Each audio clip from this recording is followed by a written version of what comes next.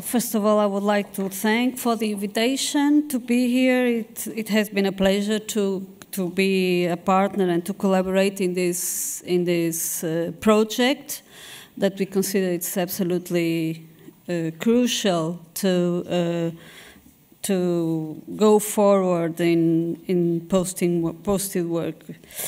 I will do a presentation by presenting some data concerning Portugal, and also some of the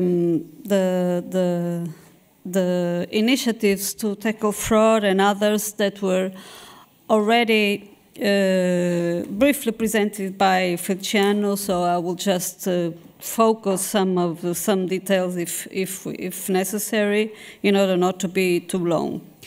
So this work and this that we have been collaborating is just not only me, but my colleagues that you have there the names. So it's Catarina and Joana. We have been working together, constituting the core of the Portuguese group of this participating in this project. So first of all, briefly some data concerning Portugal. So Portugal is mainly a sending country.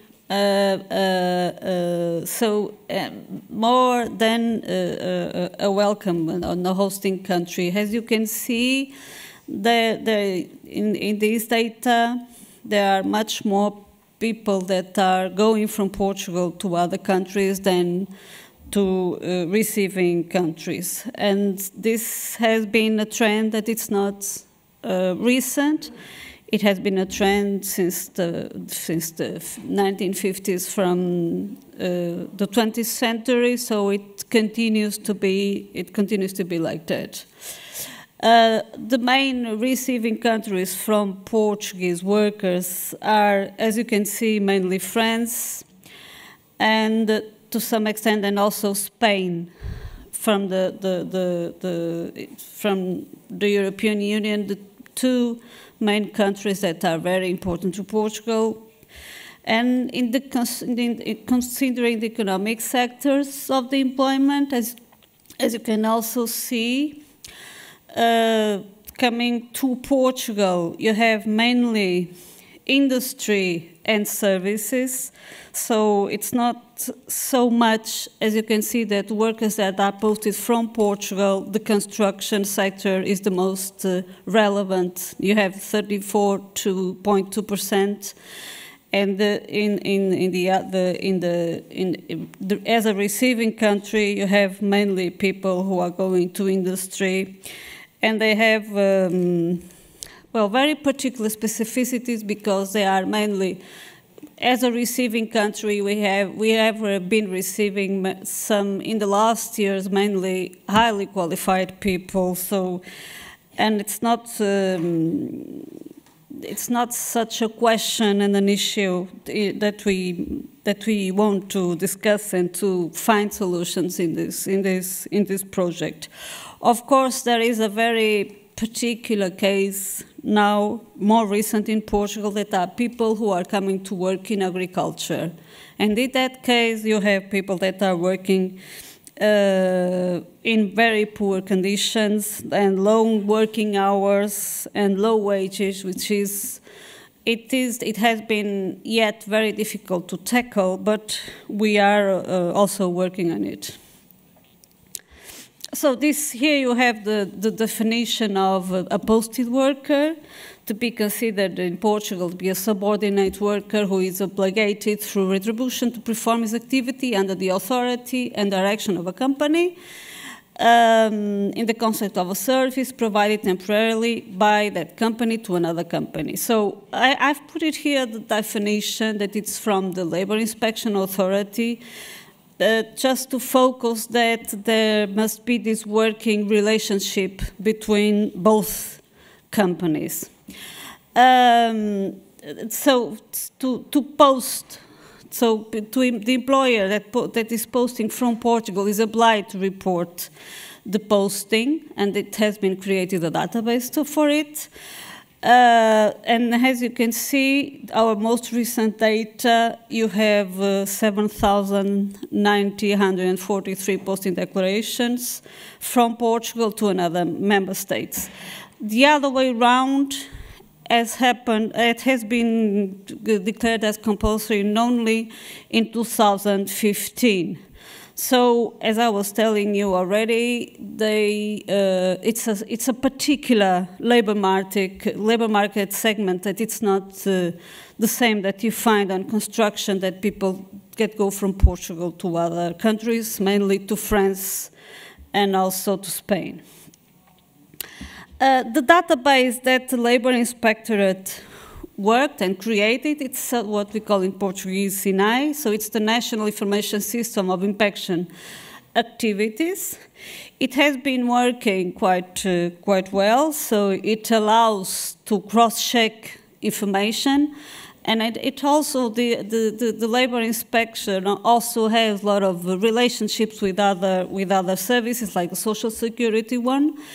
And it is quite effective to exchange information between regional and central services at any time, because it is always online and it is most of the times updated. So what has happened, it's like it includes a specific module for on-posting that is based on the declarations that companies give. Of course, there is still a huge gap of the problem of the companies that fail to submit this required declaration. So there's also been an intense work on inspection activities. So you have here some data from 2016. And as you can see, of course, as you have more Portuguese workers working abroad, most of the inspection activity is abroad. And as you can also see, there are 106 reports that report problems with the posted workers from Portugal in other countries. There are also collaboration and partnership works between the labor inspector with other EU countries.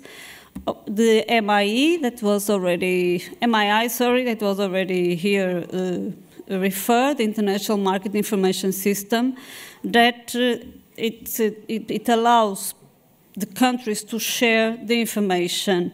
You have just here to have an idea that there is a growing number of informations that are requests that were received by the Labor Inspectorate inspection in Portugal.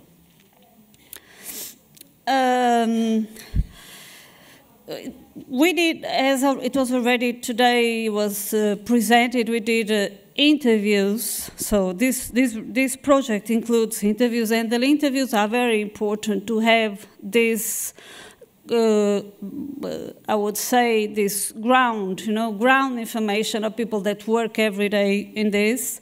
And the labor inspectors in Portugal are absolutely crucial for this. And these are some of the main problems that they identify when they do the visits to the places. So one is the lack of social integration in the host country. So there is a problem. It's not only a legal problem, it's also a social cultural problem. Second, this is also a very important issue. It's that workers are not familiar with their own rights, so that's why they become abused, or they are like victims of abusive practices by employers, by the companies. And two, that were already here identified, it's the long working periods, 50 to 60 hours a week, working during weekends, not being paid, and not complying with the minimum wages. So, as it was already today shown, Portugal is in the group of countries that pays very low wages, and this is really an average, because in various situations you can have quite worse than much lower wages. Then the expectations are mostly oriented to workers' condition in Portugal than in the host country. So it is important also to make a little shift towards considering what's happening with the workers that are not in Portugal. And also the problem of the gang master, that it was already here presented, that work in the recruiting process. And in case of Portugal, one issue that it's becoming more and more common, it's from people who are recruited to work in Spain. So they are in the borders between Spain and Portugal, and it's very easy, let's say, just to recruit people illegally, and to even, well, there are criminal organizations that recruit people to work in Spain, sorry. This is just one example of our interviews. Posting is one of the ways through which mobility takes place. Another that has been very difficult for us to follow is gang masters. Temporary work is a provision of services that involves workers with a certain qualification. The same applies to the gang master. He will provide a service, however, such service ends up here. So the situation of illegality ends up in the national territory just in recruiting. So it's the problem of how to deal with this. The worker arrives there and has the normal obligations when going to the hosting country. The main situations of fraud that were also already here presented by Feliciano, I won't go too much in detail. So this is one of the main problems in Portugal, or in Portuguese case, is the over-reporting of allowances, in order that there's a minimum wage that is paid, and the rest is paid as cost allowances. One of the things that has been done here in Portugal is to tax the cost allowances that exceed the ones that are allowed for public administration. And we are implementing this measure in order to try to solve this problem.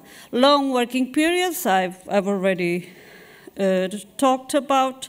There are very important, very urgent situations to work on, considering, again, Spain, France, and some situations in the UK, where are also Portuguese workers. Non-existent absences in periods of bad weather. This is a question because in this situation in Portugal, the workers are not subject to special allowances when they cannot work. And so this is something that the Portuguese authorities are working on. And then, of course, the main problem is the undeclared activity and undeclared work. So the illegal one, especially, as also our colleagues from Germany were stressing, when you have very small companies, small-sized companies, and that is also a reality in the Portuguese case. There are also the problem of the letterbox companies, but as Feliciano also today mentioned, it's very difficult to track, so it's quite a question that we can say that it's a letterbox company. We don't know if it is or not. And also that it's the problem, but anyway, in the Portuguese case, various cases of people going, or posted workers going from Portugal to Spain, it's where you can find more cases of this. And of course, gang masters that I already talked about. In what concerns the partnerships, I just, there are various actions that have been developed in the labor authority inspection. One, it's also in collaboration with the EU partners, and of course, as we have just heard, with the prototype of the database, all these issues that you can read here are at stake and are a priority, reflecting an analysis of posting, preparing and provision of training, and posting for labor inspectors. So also the question of training is very important. The harmonization of procedures. And so all these questions are being discussed in Portugal, but in the end they are an European issue that has to be discussed by all of us.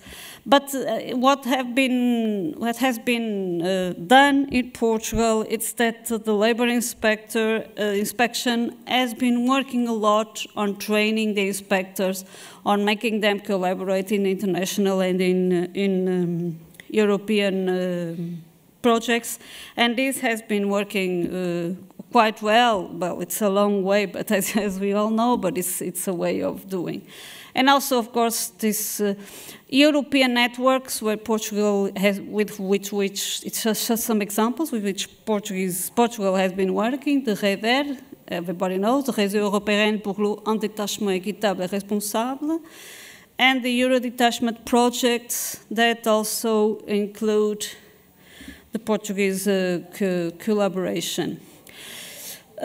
Finally, well, I would also like to stress, before coming to this, that there are the European networks where Portugal has been collaborating, but most also before this, so before collaborating in Europe, what has been done, it's a huge effort to collaborate at the national level between the institutions. And the Labour Inspectorate has been working with the Social Security, the tax authorities, only the Foreign and Border Services, that it's another very important service in Portugal. And so all this collaboration is absolutely crucial to think also at European level. So it's the national and the European that must be tackled. Finally, we still think, and we have concluded, that there is a lot of lack of data.